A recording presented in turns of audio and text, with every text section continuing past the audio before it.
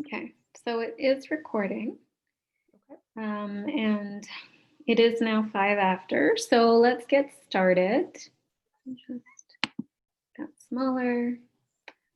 So for everybody that has joined us, welcome.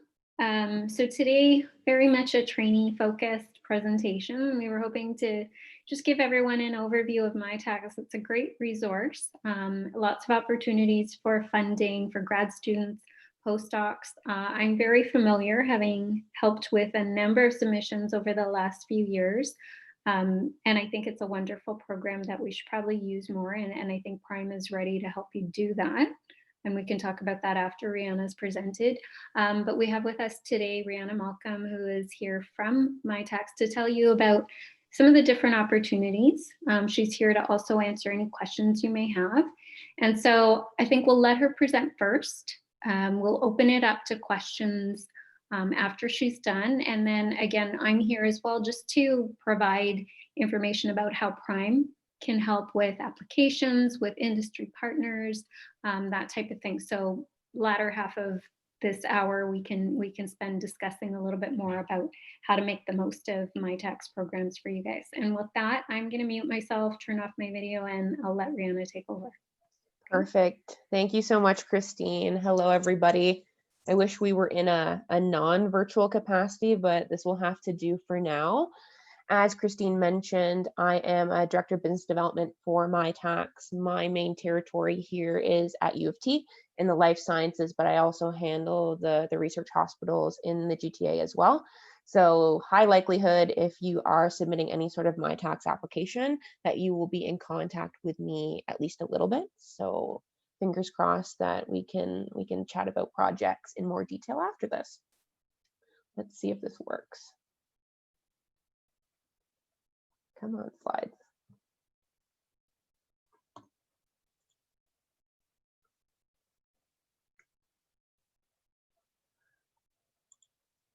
There we go. Perfect. A little bit of technical difficulties. So before we jump into it, I'm going to do a quick little overview for everyone so that you know exactly what we're going to be talking about today. So of course, first and foremost, what is Mitacs? Then I like to go over a brief little piece about benefits to academics. If you're not familiar with funding programs that partner with industry, then this will be beneficial, as well as if your PI or your faculty member isn't fully aware of what the benefits potentially are to these types of programs. Happy to dive into that a little bit more. The meat and potatoes of the presentation, of course, will be about our research funding programs, both our academic industry collaborations, as well as our international program that we have. Of course, with COVID right now, it's not as applicable, but happy to chat about it in a hopeful pre-COVID or post-COVID world soon. There will be a couple relevant examples. I think it just helps set the stage and set the tone for the presentation at that stage. And it'll also help you conceptualize what type of work we've done in the past. And a new piece to presentations that I've been doing recently is point number 5. So if you're interested, how do you find a partner? So this could be a workshop that I could run for 3-4 hours, but we're just going to do it quickly in a quick kind of 5-10 minute segment. And again, of course, happy to connect afterwards if you have questions specifically about this. But if you're affiliated with Prime in any sort of way, Christine is a fantastic resource and can definitely help us with point number 5. So you're lucky in that sense. And then, of course, the last piece will be opening up the floor to any sort of questions. So in general, for those of you who don't know, Mitacs is a national nonprofit organization. We have been around for over 20 years now, and within that period of time, we've worked with close to 70 academic institutions, so both universities and colleges, with more than 6,000 companies. And within that time frame, again, we've supported now more than 35,000 research projects, which is a lot. Mitacs is national in scope.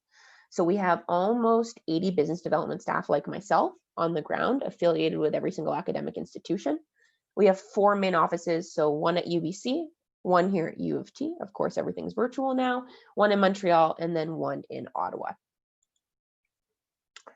Our program objectives are quite simple. So of course, first and foremost, we want to promote high quality research. We are sector and discipline agnostic, so we support projects all the way from anthropology to zoology, which makes us quite different in the whole entire funding landscape. We really pride ourselves on being flexible. So we really want to help support any sort of collaborative research. So of course, if there's any questions about partners and how we can make something work, please reach out to us. We're happy to chat. We want to attract new funding for students, for PIs. It's important to diversify the funding portfolio as much as possible, and Mitacs definitely plays a sizable role within that. So that's a main point for us as well. One of the underrated points and the underrated offerings that we provide are professional development opportunities for students and postdocs as well. So we have a whole separate PD program that I'm not necessarily going to talk about further today, but happy to discuss it afterwards. But it's meant to improve soft skills. And these can be online, these could be in a in-class setting, of course, post-COVID. They're all free for anyone. You don't have to be a Mitacs participant in a program, but that's definitely something that we like to hang our hat on as well. And last but not least, we do support international collaborations as well in different capacities. So we're not just a domestic organization, we have an international reach as well. So if you're thinking about Mitacs, definitely international is something in our portfolio that we can support. Benefits to you. So this is a question that I get from students and faculty alike. But the main point here is that the big part of our programs is supporting salary or stipend for grad students and postdocs. So we want to free up money in other budgets for other things and provide another funding avenue to support students through their grad studies and through their postdoc fellowships. It's also great to add additional exposure and knowledge to your CV and to yourself while you're still in school. So you're getting to interact potentially with international academic labs, with different industry partners while you're still in school. You're building out your CV, you're building out your network and the connections that you have, and potentially also participating in these professional development training courses as well. So it's really just there to help make you a more well-rounded person and student and researcher, and give you the best opportunities for success when you graduate, whether that's still in academia or in industry. We want to have your publication rights maintained. So publications, we recognize that are academics' main form of currency. So that's really what you dally in. And that's really important for us. So most of our projects all have publishing rights and teaching rights that are maintained within them. You are performing research, and the partners that we also work with recognize that as well as a key piece of partnering with academic institutions. You get access to large real-world data sets. You're working on hands-on, real-world applicable problems. So it's really nice to apply your research set of skills to something where you can see direct outcomes for an organization, whether that's a for-profit company or an eligible nonprofit. And arguably one of the most important points is that we have a really high application success rate, which I will get into a little bit more in a later slide. But you can be relatively confident that the work that you're putting into these grants are going to not be for naught. They're going to be successful, and you will hopefully have research funding at the end of it. The three main programs that I'm going to talk about today are Accelerate, Elevate, and Global Links. So I like to say that Mitacs really has two main buckets of programs. One for academic industry collaboration, Accelerate and Elevate fall under that umbrella, and then one for international travel grants and travel experiences. So that would be Global Link. Again, not going to get too much into the Global Link program right now, as it's not super applicable to students and postdocs today. But of course, it's a program that we foresee having for many years, and happy to chat about that as you're planning your next steps.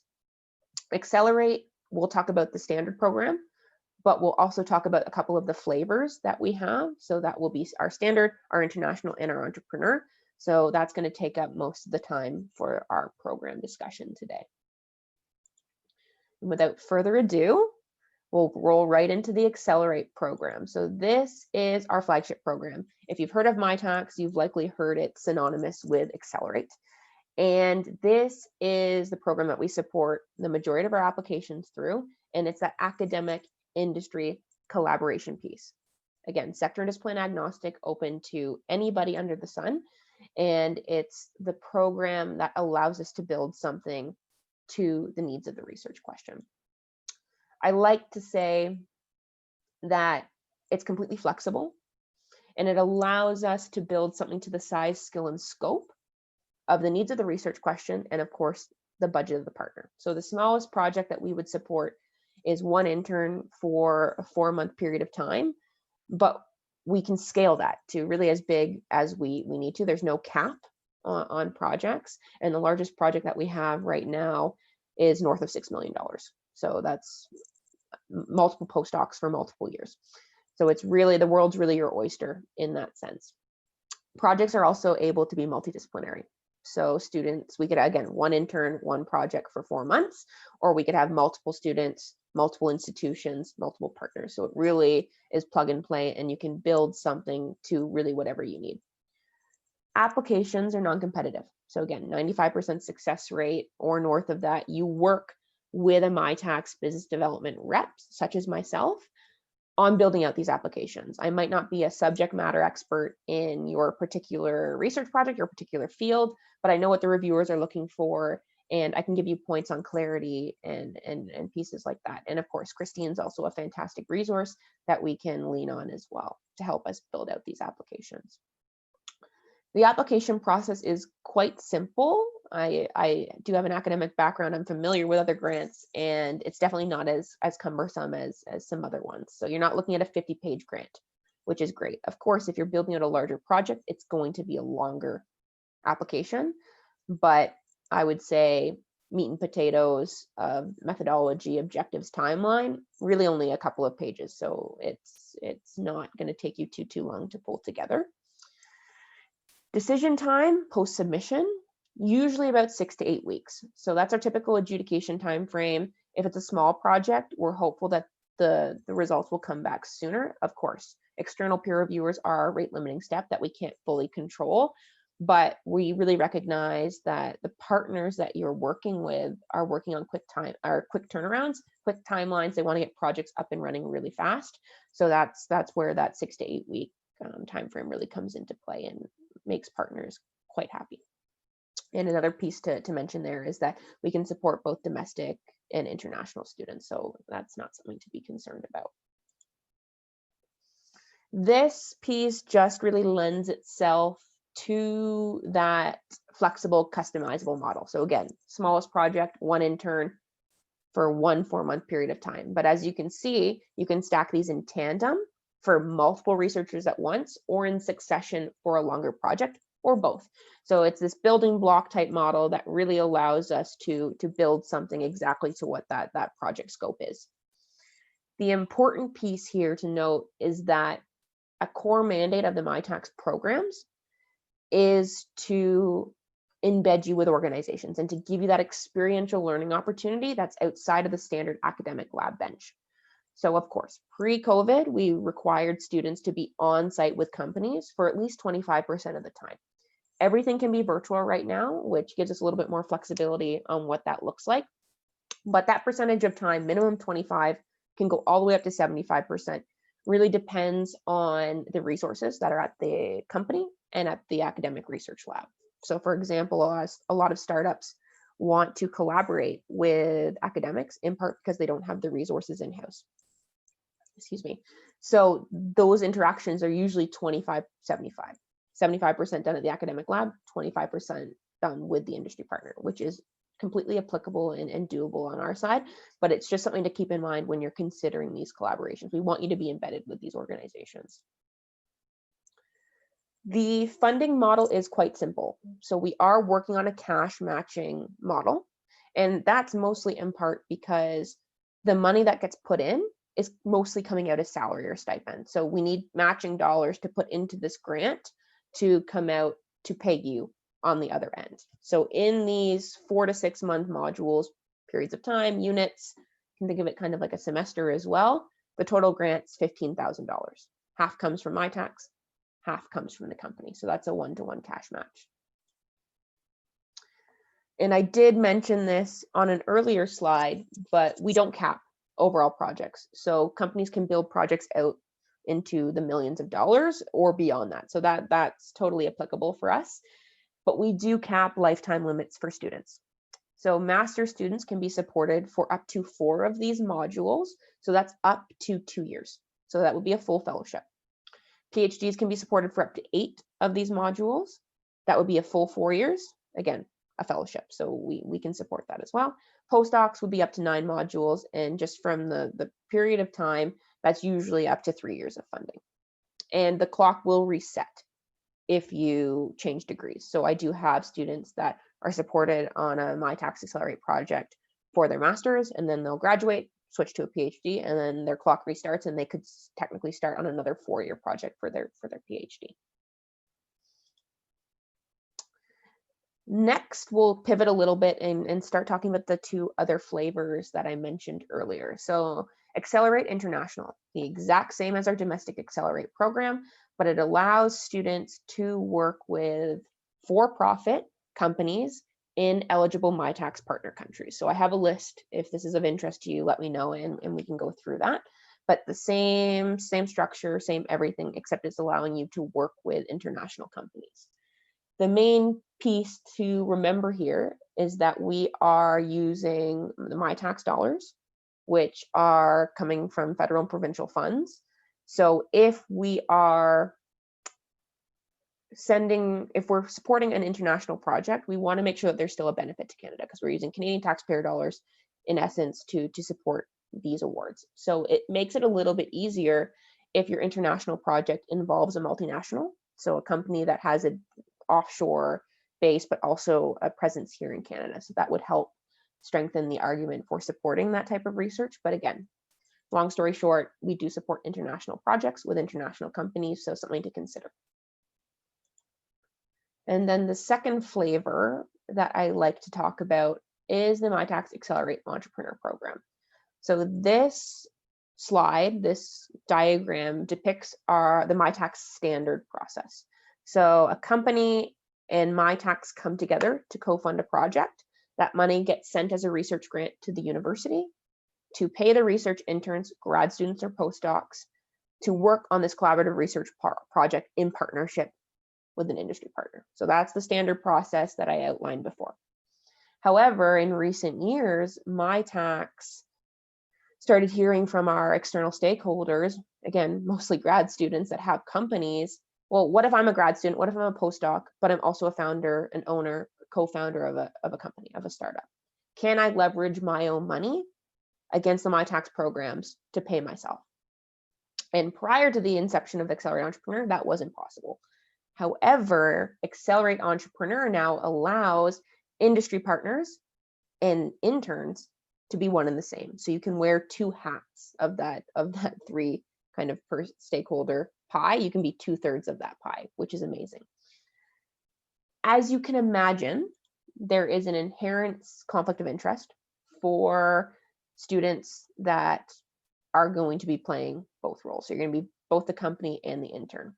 So the main piece to remember here for this program is that we do require startups to be affiliated with an eligible incubator space, whether that's on campus or out in the community. So U of T Entrepreneurship has, I believe they're up to 10 incubators now. Most of them are eligible. One of the applicable ones here might be H2I, so they are eligible for this program. But we require this because we want another level of oversight over the project. So the incubators providing mentorship, providing programming to give the startup and yourself kind of its best foot forward and best chance of success.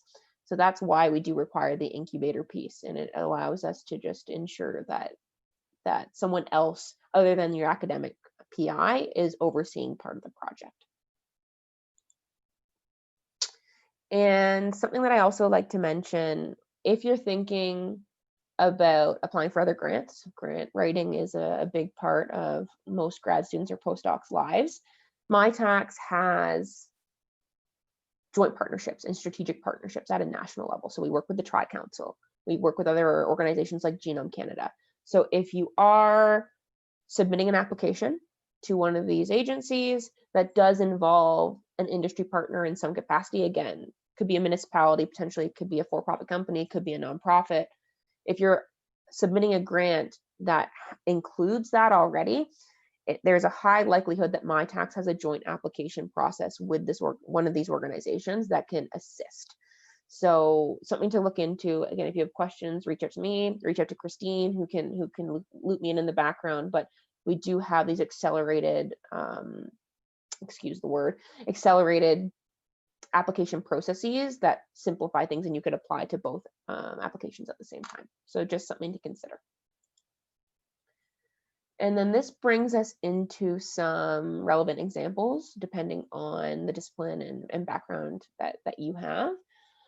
So one of the projects that is actually local was with cellular analytics. This was relatively recently. They were looking at validation of a microfluidic diagnostic tool to help improve detection of lipid biopsies.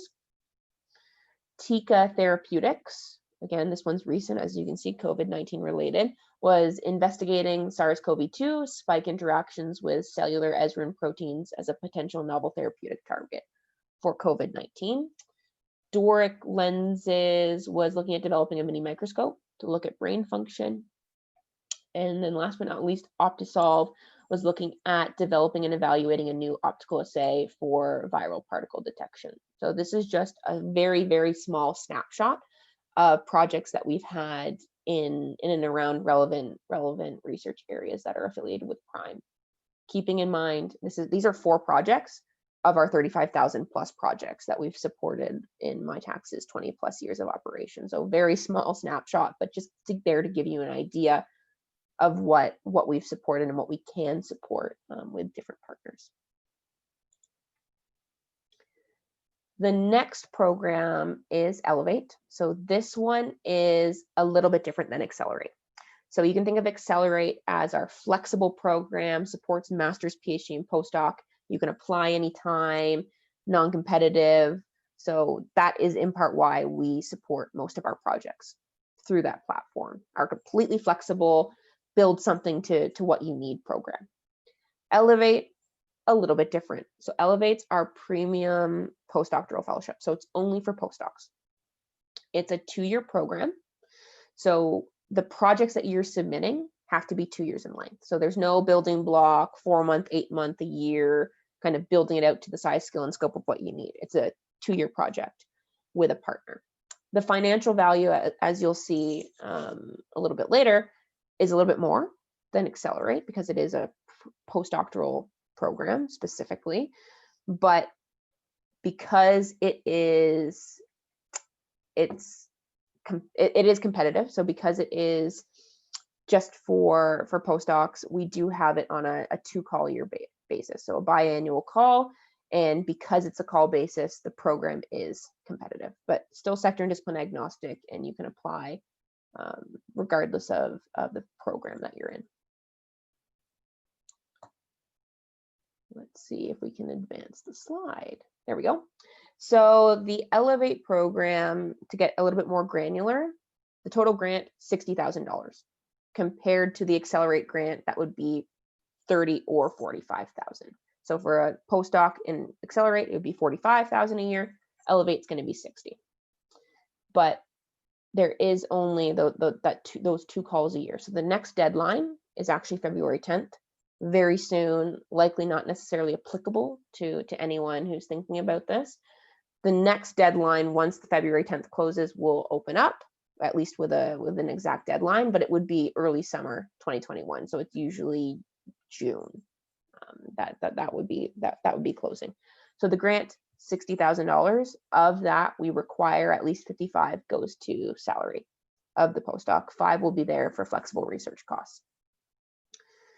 We also do contribute a $7,500 in-kind training program that runs alongside all of these Elevate fellows. So everyone applies as a cohort for that deadline.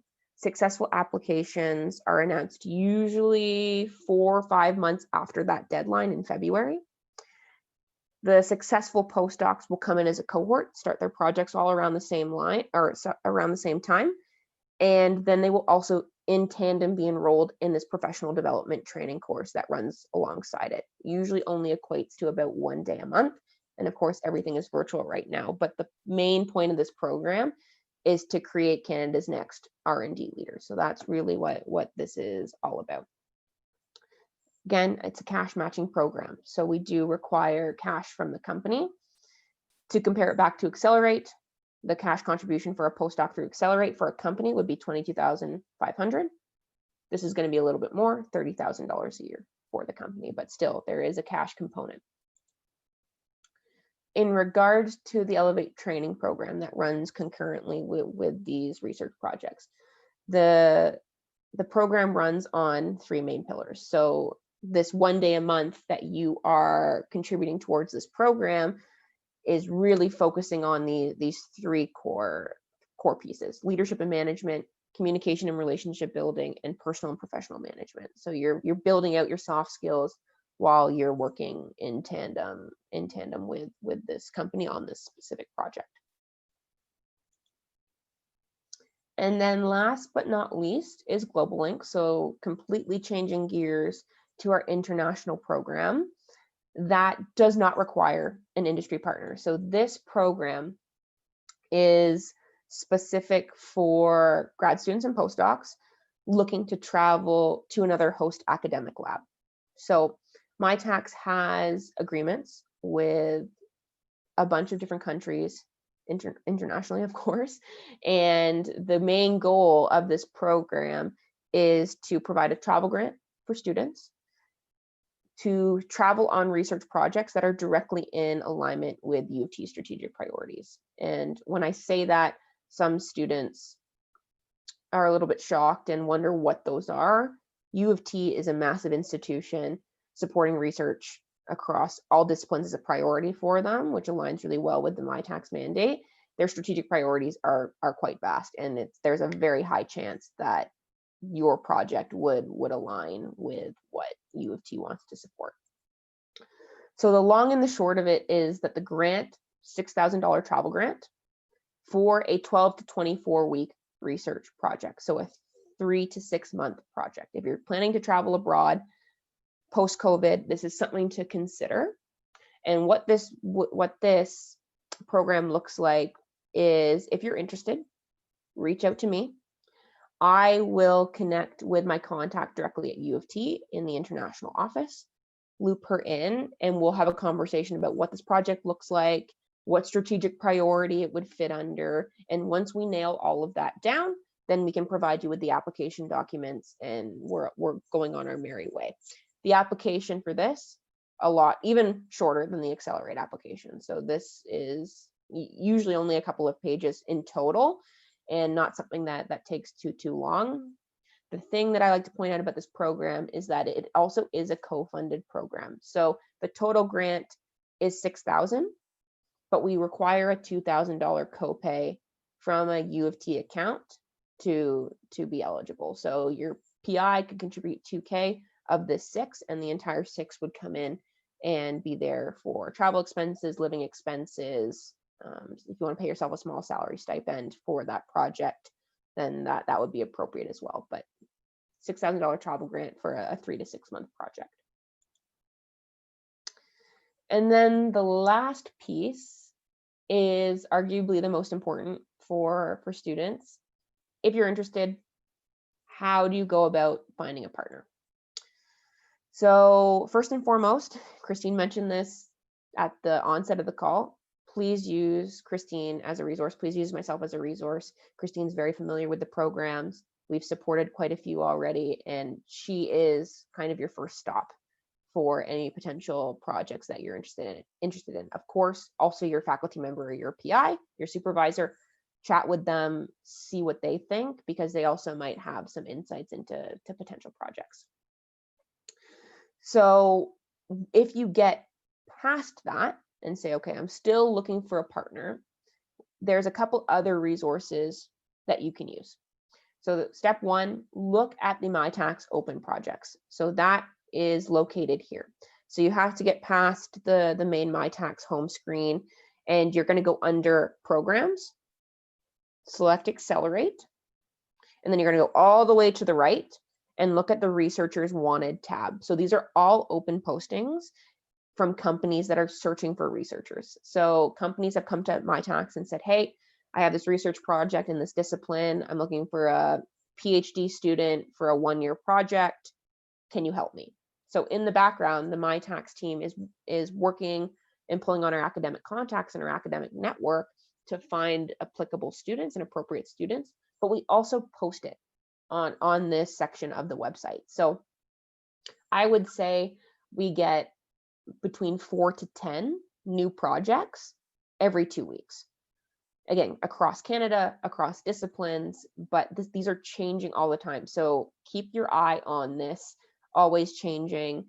And it's a great resource for you to see what companies are currently looking for students and what companies are currently researching and doing within their R&D departments. A good thing about a silver lining of the pandemic right now actually is, yes, these are national postings, but we are allowing for virtual interactions. So a project with a BC company pre-COVID might have been not as attainable because you would have had to travel and maybe not something that you wanted to do, depending on where you're at in your studies. But now we're allowing for virtual interactions. So I have plenty of projects that are cross-provincial with U of T interns that are working with an East Coast company, a West Coast company, a company in the prairies. So that's totally acceptable for us. Step number 2, if there's nothing in our open postings that might match, you can look at our past projects. So that's on the main top ribbon and it just says projects. So don't confuse that with our open postings. Those are our past projects, updated all the time. I don't think we have our 35,000 on there from our 20 years in operation, but I believe there's north of 15,000 on there right now. You can search by keyword, by discipline, by company. It really is there to give you a good idea of, one, what companies have partnered with us in the past, and 2, what projects they've worked on. And there's a high likelihood that if a company has partnered with us in the past, they've had a good experience with us and they're at least familiar with the Mitacs programs. So if you go on there and there's a company that's of interest, again, feel free to reach out to me to get a little bit more information. I'm always happy to do some digging and to see if there's potential ability to partner. And then step 3 would be to do your own outreach. And everyone who's not affiliated with Prime does this on their own, does this usually under the knowledge of their PI. But again, Christine's a great resource and please reach out to both of us before we get to step 3 so we can kind of create a plan of action. But doing your own outreach is definitely a possibility. It sounds a little intimidating, but the main question that I ask students if they're thinking about the Mitacs programs and interested in doing some sort of research internship is, if you could wave a magic wand, what are the top 5 companies that you want to work with? If you can't pull those 5 companies out, you likely have to do a little bit more research on your end to figure out, okay, where does my research expertise fit? Where do I kind of want to be to help you frame this main question? But if you already have that, again, reach out to Christine and myself. We're happy to chat about that as well. But if you're wondering about how to find them, of course, I'm sure it's no surprise. Use the internet, use Google, Canada 411, Industry Canada, other provincial company directories. There's so many resources online that can help you find potential companies, whether they're startups, whether they're SMEs, whether they're multinationals, help you find companies that might be working in your discipline or in kind of in your research space.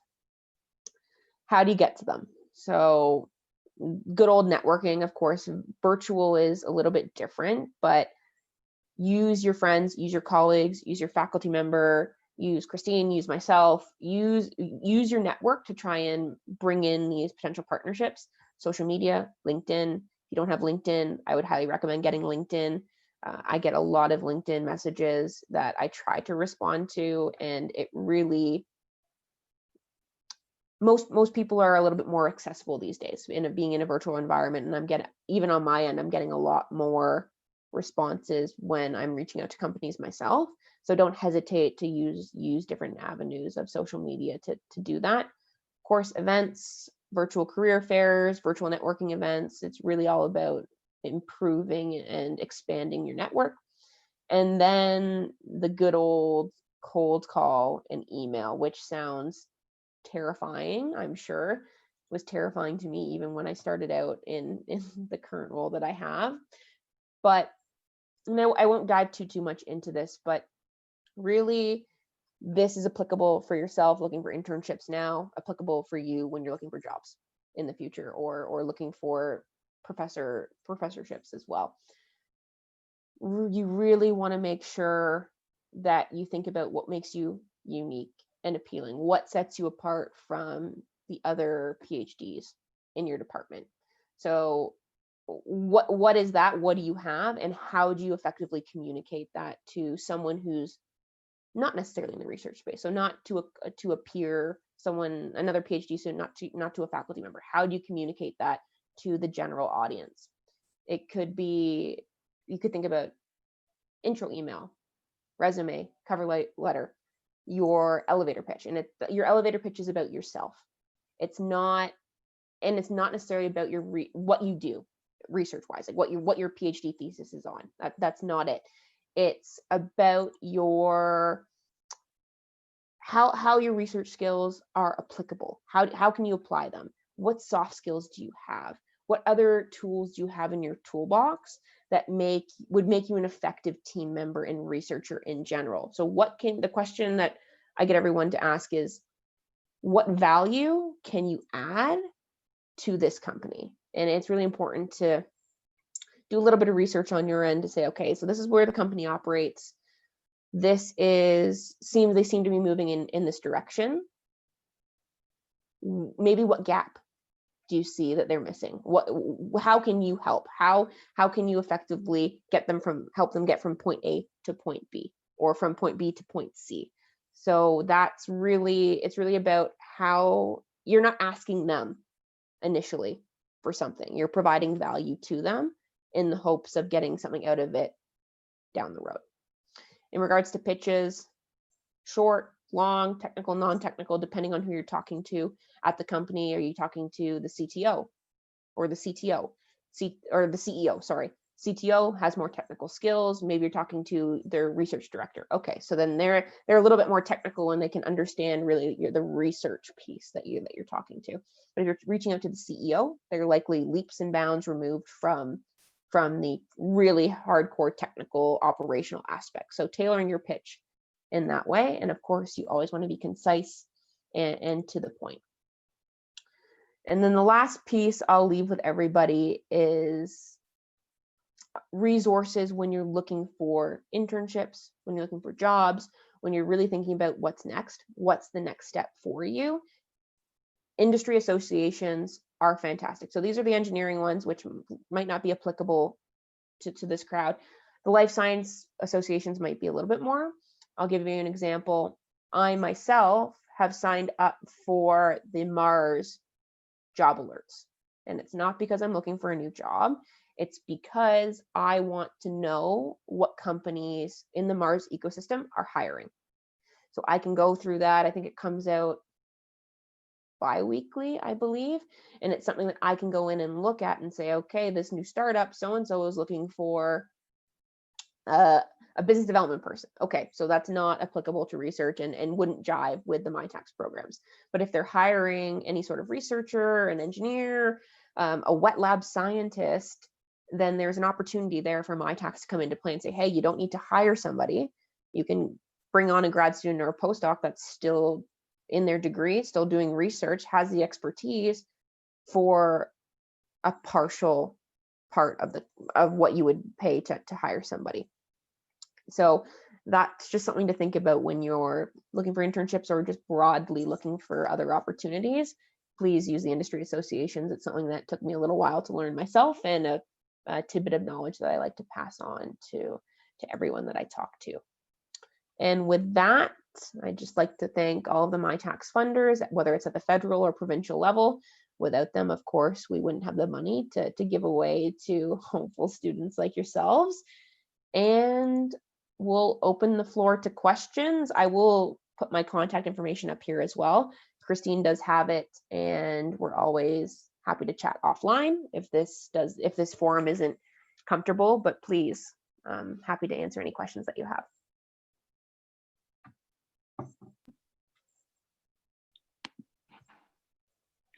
So I took the slides down, but yes, inadvertently did that, but I am happy to send Rihanna's contact to anybody that needs it. I think we'll open it up for questions. So you guys, you can, if you want to raise your hands, I'm going to just enable you guys to chat. or talk, or you can write them in the Q&A, but I think it'll probably be more effective if you just raise your hands and then I can allow you to ask the questions directly. To point out, two of the projects that Rihanna actually had up on her Accelerate are ones that I helped put together. So, very much Prime is trying to help, um, use Mitacs and make that open. So again, happy to help with any applications that may um, be ones that you're thinking about or you think, you would be interested in. We also, for those of you that are less familiar, on the Prime job board recently, because I made a connection with a company that's happy to enter into Mitacs partnerships with us, and so we put a very broad posting describing what the company does. They're called In Vivo AI, and they take, I'm going to say, plenty of Mitacs interns every year.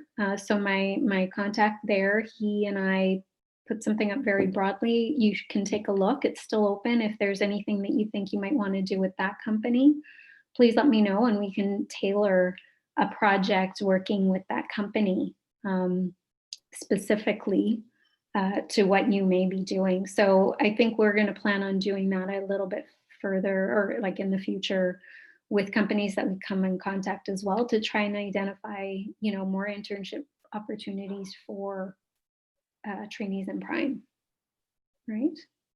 I'm not seeing any questions. Oh, wait, here's one in the Q&A. So yes, okay, so this is a good one actually, and it's something we can discuss. How do we encourage our PIs that this is something we would like to do while being funded for a PhD? Agreed that sometimes the PIs worry because this is time taken out of their lab of of your thesis. So that's why I think very good question. So one of the things that I would suggest, it very much depends on the lab, and I'll speak to this first, and then I'll let Rihanna let you. But some PIs are very, I'm going to say they're working with industry already. And so a lot of the projects, maybe one that you are working on as part of your thesis may have an industry component already. It's worth finding that out. The other thing that I would suggest, it's probably easier to approach your PI once you're later on, very close to the end, so you've taken care of all the nuts and bolts that are going to go into your thesis. And maybe you're, wrapping up and there's a few side things, but at that point, it's probably easier to convince them that an internship will help you with the next stage, will maybe help you get a postdoc, help you, transition to industry, all of those things. And, again, if you've covered off most of what is needed for your thesis at that point, the extra time is on you, right? If you want to say, I just want to extend so that I have a time or I have the time to do a 4 or 8 month internship, your PI is more likely, I'm going to say, not always, but more likely to want to support that at that point.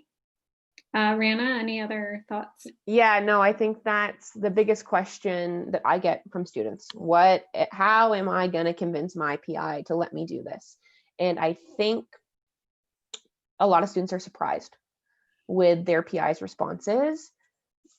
A lot of them, especially in this space, are at least thinking about different ways to ultimately diversify the funding that they have in the lab. Funding is a huge piece. Students are aware of it, but faculty are even more. They have an acute, enhanced sense because that they need to keep their lab going, and money is important. And industry inherently has quite a bit of it, depending on the industry that you're working in. So it's untapped in that sense. But you do want to be at the right point in your studies. You don't want to be first semester, I have a bunch of courses that I have to do. I might be TAing. I need to figure out what my thesis is.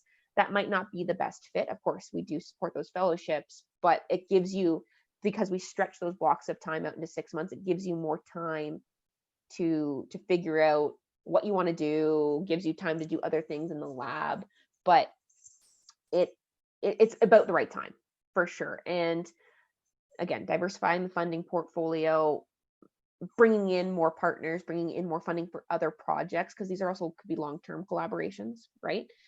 And I think it's also a piece that I find that might be beneficial is that it's showcasing your work and your faculty members' work to a larger audience. So it's giving more exposure to what the lab's doing, a little bit more credibility to the larger field. And I don't think that's necessarily a bad thing either. Of course, you're developing your soft skills and your CV and these other collaborations, but it has a direct benefit on the lab as well. If that Yeah, helps. hoping that answered the question for whoever asked it. Yes. Happy to follow. Oh, yes, apparently it did. That's great. Perfect. Any other questions? I realize, some of you may know about Mitacs and some of you may not. And so this was a really great overview, I think, that Rihanna provided. If you guys think of questions that after you've left the session, by all means, send them to me. I can pass them on to Rihanna if you think of them later, right? Because again, this was just kind of an introduction to make you aware of the opportunities. I think there's lots, and very much, I think especially now, given that Mitacs has made a lot of the industry component virtual, we've made that work for two projects over the summer related to COVID, but it was very much understanding COVID limitations, and we didn't have the interns going to the companies, but there was still a lot of industry input, right? They had weekly meetings by Zoom. They very much benefited, and it wasn't your traditional internship, but now they have, that on their CV saying, and they have a great industry contacts, for the next stage of their career. If that's where they want to and go. a lot of our interns get hired on or get job offers after the programs. Of course, it's not a requirement of us, but that's in part why we have the funding that we have from the federal and provincial governments, because that's what they want to see. They want to see this experiential learning training piece being able to really help students transition into the next part of their career, whether that's academia or industry. And of course, it's not a requirement, but if you can walk out of school with a job offer, most people can't say that. And I mean, I think I searched for 4 months after I graduated for my role, and I got a little bit desperate, and you just take what you can get. So it's a huge benefit, kind of depending on where you're at in your studies, but you're still working on research. Hopefully it's still related to your thesis in some capacity. That's probably another point for your PI, is it doesn't have to be not related to what you're doing. If you're lucky, it could be in relation to your thesis. It could be another side project, but at the end of the day, regardless, you're likely getting a publication out of it. Yep. So it looks good on everybody, and you're also just building those connections.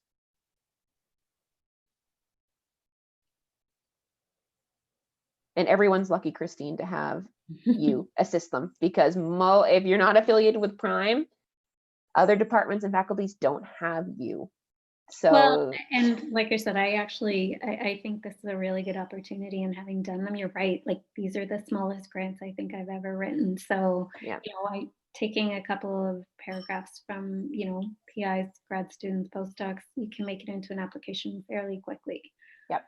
I just help with a little bits, right? And then have you and Jillian at Mitacs that are tremendous help. So really, it's kind of easy to apply.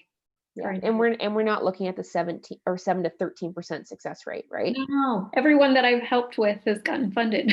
Yeah, so I mean, at least you can put the work in and be confident that it's gonna hopefully end up in dollars at the end of it, right? Yeah, and one of the things, I'm not sure, and maybe you mentioned this, Rihanna, but for anybody who does like the Elevate, even though it's competitive, one of the things to mention is that sometimes in case you're thinking, okay, it's competitive, and then there's a chance, obviously, some don't get funded. Those can always be rolled into accelerates because they've been peer reviewed. And again, Mitacs is super supportive of like supporting projects that way. So we've done that together. Yeah, and when I say competitive, we're still usually north of 60%. Yeah. Of course, depending on the cohort, the quality of the research, the number of applicants. And U of T is U of T. The researchers here are incredible. And for the most part, they do get funded, knock on wood. But we're still, when I say competitive, it's not 20%. it's still a very good chunk of those applications that do get funded. So don't let that deter you if you're planning for the future and saying, oh, well, I don't want to apply if I'm not if I'm going to waste my time, kind of thing. Yeah. All right. So I don't see any other questions, Rihanna. I just want to say thank you. And thank you for anybody that attended. Again, if you have questions, send them our way. If you didn't get Rihanna's email and you'd like it, by all means, ask myself, ask Angela, and we'll be happy to connect you. Okay. And otherwise, if you're thinking of something, we're here to help. Okay. Yeah. All right. So thank you, everybody. And we'll hopefully see you soon. Thanks, everyone.